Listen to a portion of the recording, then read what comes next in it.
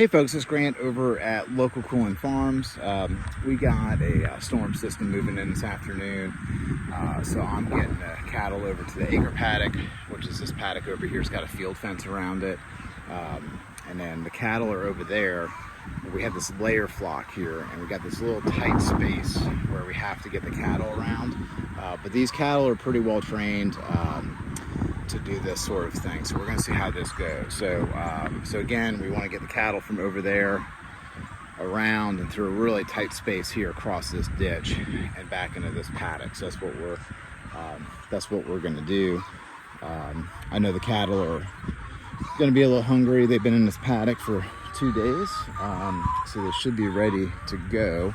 So I may have to adjust this piece of fence, but I may not, so we're just going to see what happens. So I am going to get this piece of line, which is the jumper, going from this internal fence to this net fence to charge it. I'm going to get that piece, and I'm going to put this piece over there so the cattle don't go up in that way, because they're going to hit a dead end over there. I don't want them to do that. So take it off the hot here.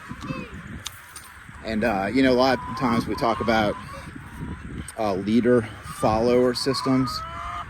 We really don't do that. We kind of are on a racetrack to where everybody's kind of going the same direction, but they're constantly lapping and overtaking one another.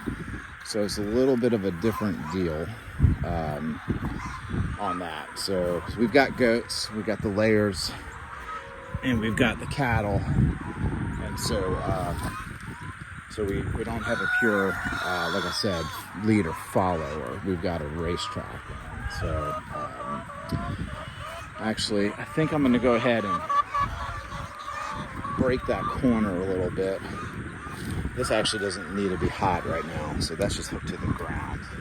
That will serve as enough of a barrier to keep the cattle from going that direction.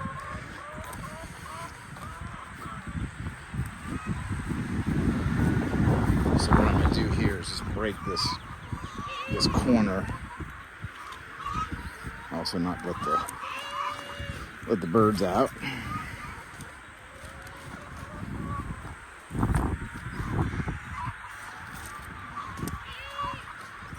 And we don't have a lot of cattle right now, so it's not a huge deal moving them to a tight spot. Like I said, they've done this move a whole lot of times, so they kind of know what's up.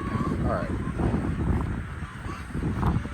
Yep, and we got a possum in the trap right there if anybody wants to come over today and buy a pet possum. We got 1 day to come and claim them. Woo-wee! Woo-wee!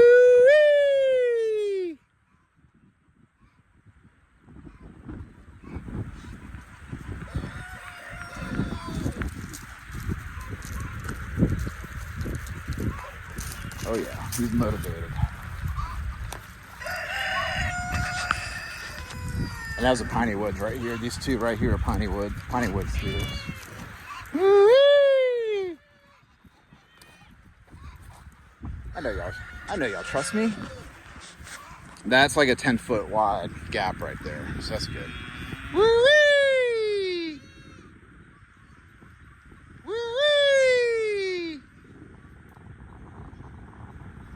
Just getting out to that place right there. Woo-wee! Woo-wee! Woo-wee!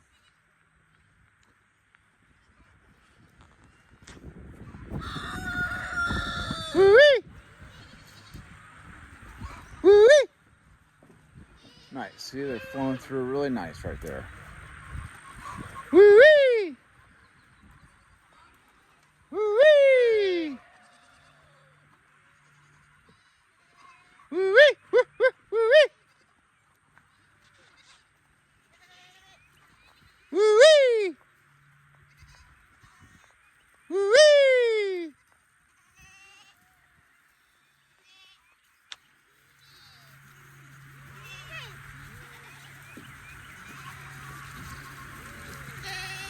All right, it's exactly, oh, he's happy.